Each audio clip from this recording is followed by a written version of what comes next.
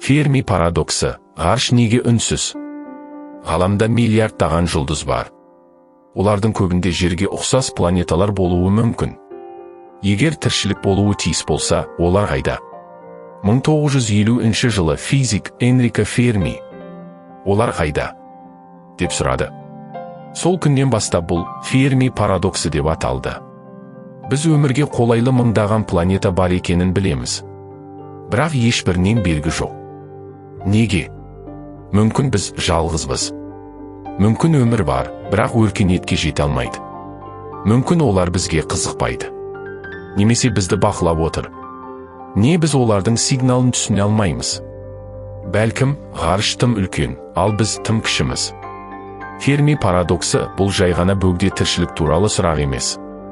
Бұл адамзаттың өз орны мен болашағы туралы сұрақ. Ғалам үнсіз.